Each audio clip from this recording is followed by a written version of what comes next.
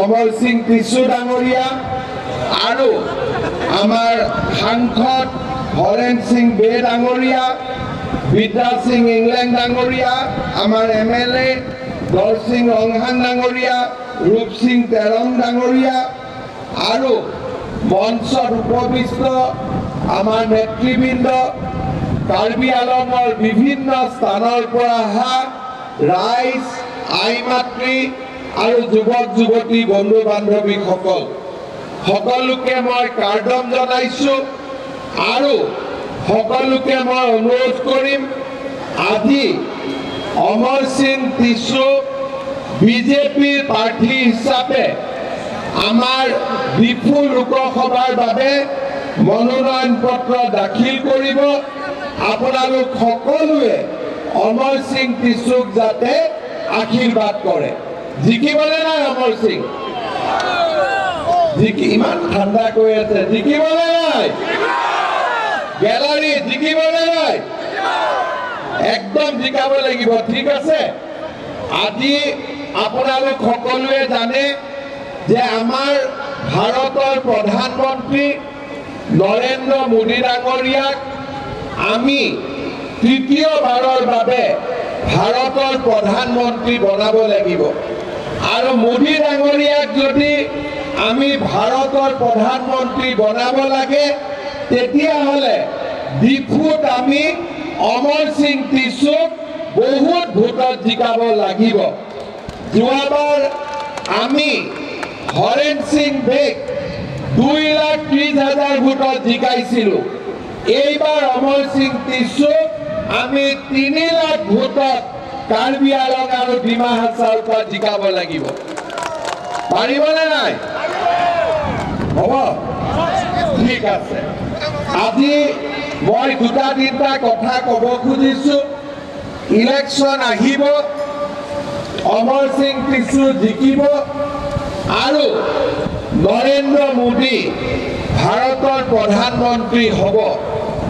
কাৰ্বি আলং আৰু ডিমা হাছাও জিলাৰ উন্নতিৰ বাবে আমি যিমান কাম কৰিব লাগে আমি কৰি থাকিম। কিন্তু মই আজি কেইটামান কথা আপোনালোকক নতুনকৈ ক'ব খুজিছোঁ। ইয়াতে আপোনালোকে হাত উঠাওক। কাৰ কাৰ ঘৰত ৰেচন কাৰ্ড আছে? কাৰ কাৰ ঘৰত ৰেচন কাৰ্ড আছে? হাত উঠাওক, ওপৰতো হাত উঠাওক। কাৰ কাৰ ঘৰত ৰেচন কাৰ্ড আছে? চবে হাত উঠাওক। ৰেচন কাৰ্ড কাৰ কাৰ আছে? মই কিবা ভাল কথা এটা কওঁ, ঠিক আছে। এতিয়া আপোনালোকে কওক, অৰুণোদয় কাৰ কাৰ আছে? নোহোৱাবিলাকক পিছত কওক। অৰুণোদয় কাৰ কাৰ আছে? হাত উঠাওক, ঠিক আছে। অৰুণোদয় নাই কাৰ কাৰ? কাৰ কাৰ? হাত উঠাওক। এতিয়া মই আপোনালোকক এইবাৰ ক'ব খুজিছোঁ কি, মোক আৰু আপোনালোকে অৰুণোদয় খুলি থাকিব নালাগে। যাৰ যাৰ ঘৰত ৰেচন কাৰ্ড আছে তাৰ ঘৰত মই ডাইৰেক্টলি অৰুণোদয় দি দিম, হ'ব? এতিয়া আপোনালোকক এখন আমি সাৰ্ভে ফৰ্ম বনাইছোঁ। কাৰ কাৰ ঘৰত ৰেচন কাৰ্ড আছে কিন্তু অৰুণোদয় নাই, আপোনালোকে মোক লিষ্টটো বনাই দিব প্ৰত্যেক বুথৰ পৰা। আৰু মই আপোনালোকক কমিটমেণ্ট কৰিছোঁ যে 2024 চনৰ ভিতৰতে কাৰ্বি আলং আৰু ডিমা হাছাও জিলাত যিমান মানুহৰ ঘৰত ৰেচন কাৰ্ড আছে সকলোকে মই অৰুণোদয় দিয়াৰ ব্যৱস্থা কৰিম। ভাল কথা ক'লো নে নাই? ভাল কথা ক'লো নে নাই? অলপ ফূৰ্তি কৰক, ডাঙৰ কৰি হাত চাপৰিকে বজাই দিয়ক, হয় নে নহয়? ঠিক আছে। এতিয়া মই আৰু এটা কথা ক'ব খুজিছোঁ। আমাৰ কাৰ্বি আলং আৰু ডিমা হাছাও জিলাত আমি শিক্ষাৰ উন্নতি কৰিব লাগিব। সেইকাৰণে এইবাৰ আমি এটা সিদ্ধান্ত লৈছোঁ যে কাৰ্বি আলং ডিমা হাছাওৰ যিমান ছোৱালী মেট্ৰিক পাছ কৰি কলেজত এডমিশ্যন ল'ব সব ছোৱালীকে মই চৰকাৰৰ পৰা 10,000 টকাকৈ গিফ্ট দিম।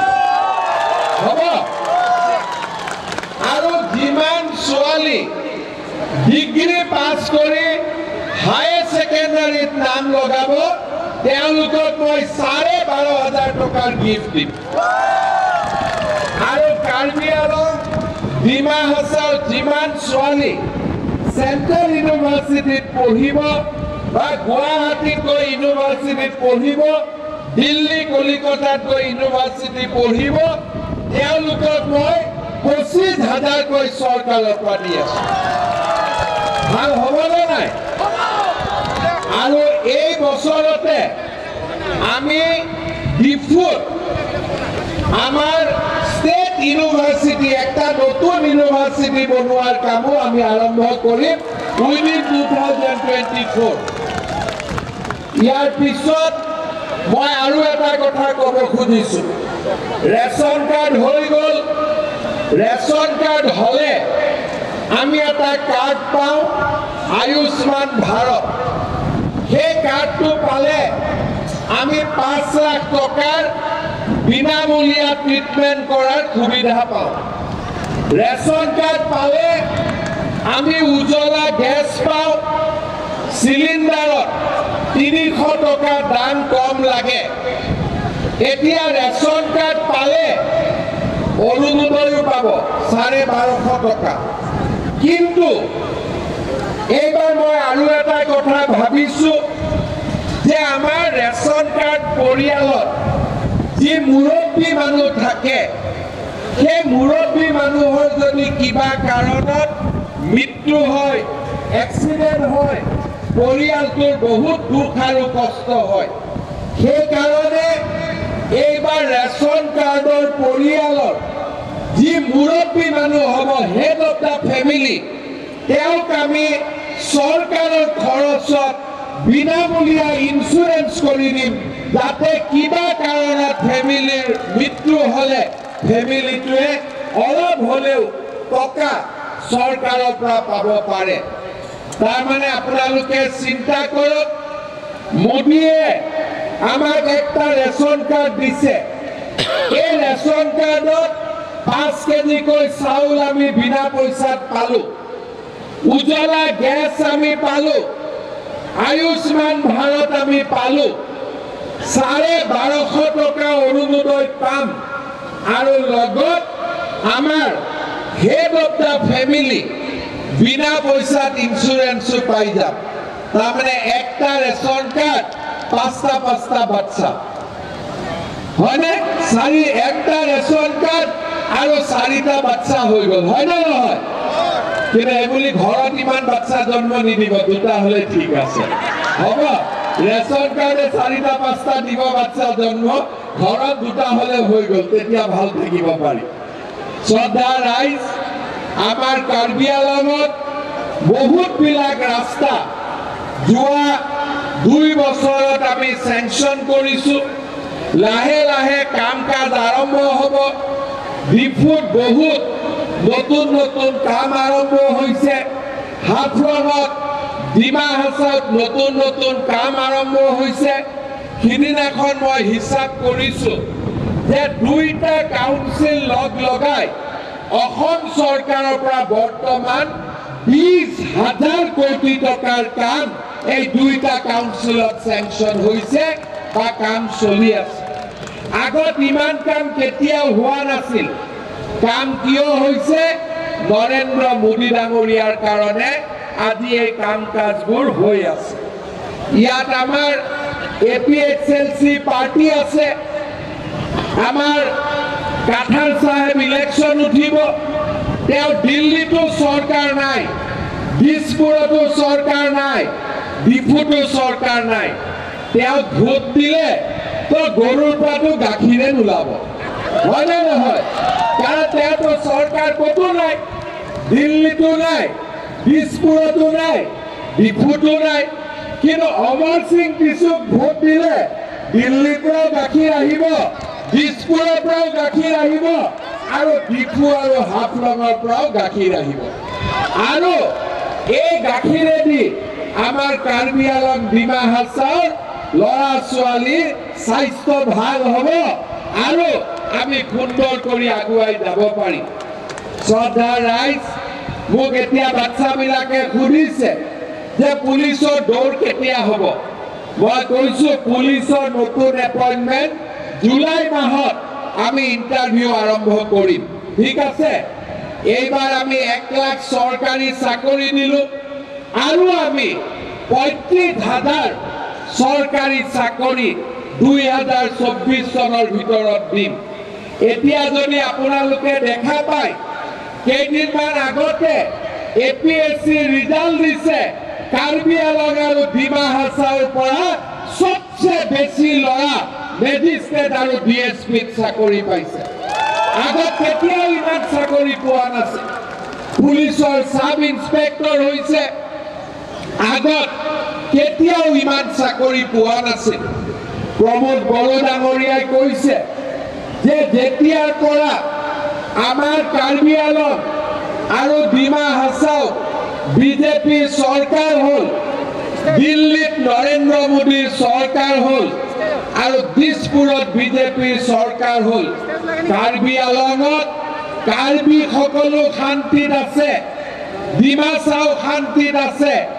মোৰ গুৰ্খা ভাই সকলো শান্তিত আছে অসমীয়া ভাষী লোক সকলো শান্তিত আছে বঙালী ভাষী লোক সকলো শান্তিত আছে আদিবাসী লোক সকলো শান্তিত আছে হিন্দী ভাষী লোক সকলো শান্তিত আছে কুকি ভাই সকলো শান্তিত আছে আজি মানটাই ভাই বন্ধী সকলো শান্তিত আছে আজি সকলো লোক কাৰ্বি আংলং আৰু ডিমা হাছাওত শান্তিত আছে কাৰো কতো অসুবিধা হোৱা নাই সুন্দৰ কৰি চলি আছে আজি আপোনালোকে মিটিঙত চাওক এই মিটিঙত কাৰ্বি মানুহো আছে ডিমাছা ভাই ভনীটিও আছে বঙালী লোকো আছে অসমীয়া ভাষীও আছে হিন্দী ভাষীও আছে আদিবাসীও আছে গুৰ্খাও আছে মানটাইও আছে কুকি লোকো আছে কিন্তু কতো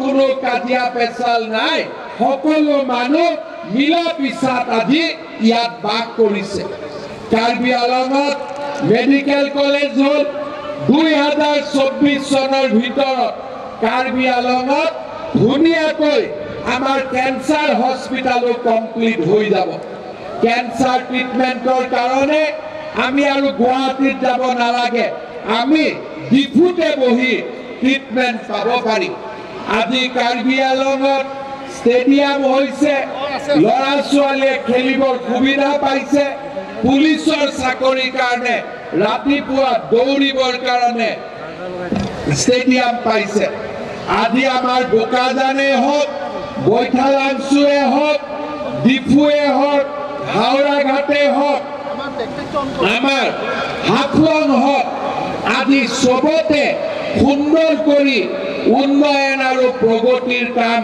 আৰম্ভ হৈছে সুন্দৰ কৰি কাম চলি আছে সেই কাৰণে মই ৰাইজক অনুৰোধ কৰিম আপোনালোকে সকলোৱে যাতে পদুম ফুলৰ ছবিত ভোট দি অমৰ সিং টিছুক আপোনালোকে জয়যুক্ত কৰে শ্ৰদ্ধা ৰাইজ কাৰ্বি আংলঙৰ কাৰণে যোৱা 5 বছৰত কাৰ্বি আংলঙত প্ৰধানমন্ত্ৰী আহিছে কাৰ্বি আংলঙত গৃহমন্ত্ৰী আহিছে ৰাষ্ট্ৰপতিও অহাৰ কথা আছিলে বৰষুণৰ কাৰণে লেণ্ডিং কৰিব নোৱাৰিলে অহাবাৰ তাৰালাংচু ইউথ ফেষ্টিভেলত আমি আকৌ ভাৰতৰ ৰাষ্ট্ৰপতিক মাতি লৈ আহিম যোৱাবাৰটো বৰষুণ দিলে আহিব নোৱাৰিলে এইবাৰ আমি লৈ আহিম আৰু এইবাৰ আমি সিদ্ধান্ত লৈছো যে তাৰালাংচু ইউথ ফেষ্টিভেলতো অসম চৰকাৰে প্ৰত্যেক বছৰে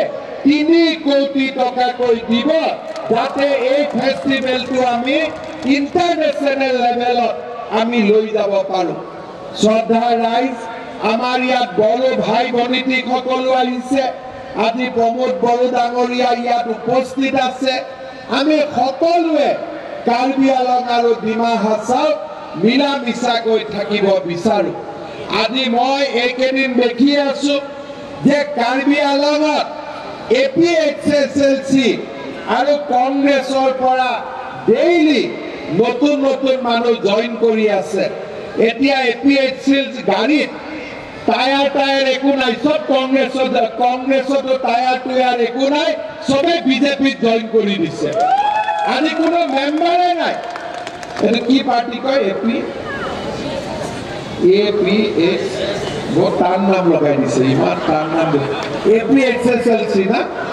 তো এইটো পাৰ্টিৰ গাড়ীখন আছে, কিন্তু টায়াৰো নাই, ইঞ্জিনো নাই, চব বিজেপিত জইন কৰি দিছে, হয়নে নহয়?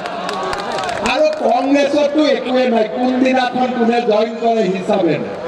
কংগ্ৰেছ পাৰ্টিতো একোৱে নাই, ভোট দিয়া মানে ভোটটো এনেই যোৱা। সেইকাৰণে শ্ৰদ্ধা ৰাইজ, এইবাৰ আমি অমৰ সিং টিছুক 3 লাখ ভোটত জিকাব লাগিব। পাৰিম নে নোৱাৰিম? ডিফুটো জিকিবই, কিন্তু জিকিলে নহ'ব, মোক এইবাৰ 3 লাখ ভোটত জিকাব লাগে। পাৰিবনে নাই যুৱকসকলে? পাৰিব? মহিলাসকলে পাৰিবনে নাই? ঠিক আছে, এইটো অমৰ সিং ভাই আগতে আহকচোন। মানুহটোক ভাল লাগে নে নাই? ভাল লাগে নে নাই? তো 3 লাখ ভোটত জিকাব লাগিব, ঠিক আছে। মোৰ সন্মানটো বাচিব, তেতিয়া টিভি বিলাকে ৰেকৰ্ড কৰি আছে 3 লাখত জিকিব।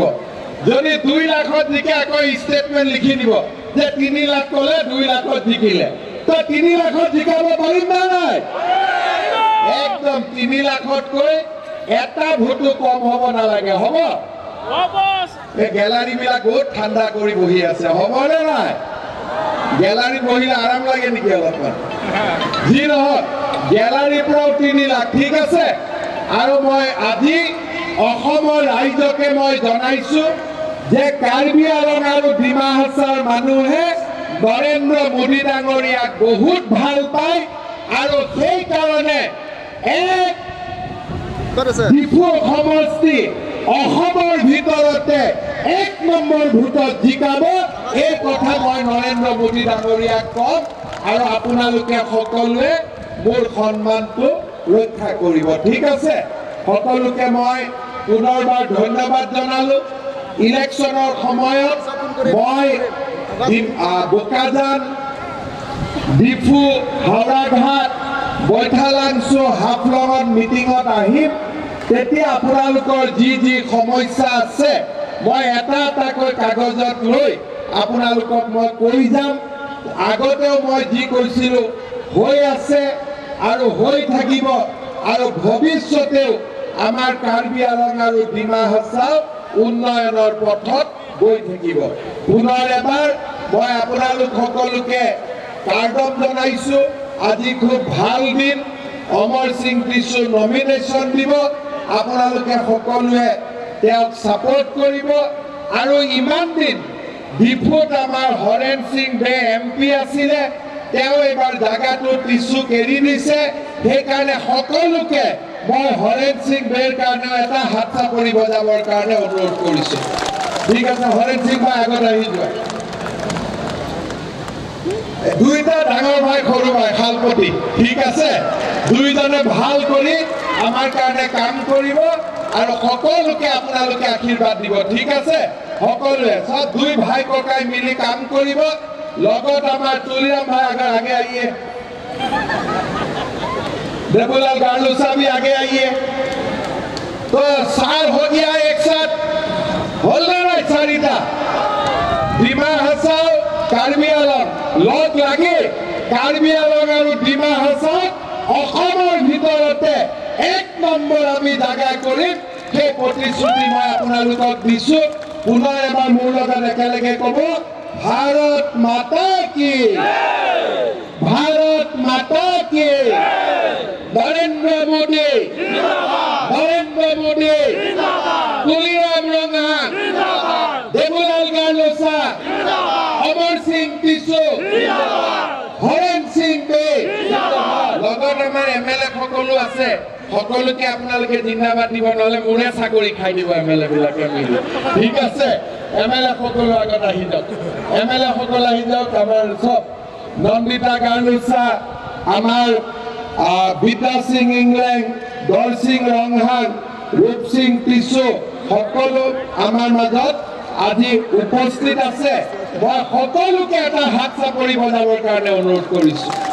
লগত আমাৰ কাৰ্বি আলং ডিমা হাছাওৰ MSC সকল আছে, আমাৰ EM সকল আছে, সকলো আপোনালোকৰ ঘৰে ঘৰে যাব, লিষ্ট লৈ ল'ব যে কাৰ কাৰ ঘৰত অৰুণোদয় নাই, কাৰ কাৰ ঘৰত ৰেচন কাৰ্ড নাই, কি ৰাস্তা বেয়া হৈ আছে, কি স্কুল বেয়া হৈ আছে, গোটেইবিলাক মোদী ডাঙৰীয়াৰ পৰা আমি দিল্লীৰ পৰা টকা আনি, দিছপুৰৰ পৰাও টকা আনি আমি ইয়াতে গতাই দিম যে ভাল কৰি কাৰ্বি আলং আৰু ডিমা হাছাওৰ কাৰণে কাম কৰ।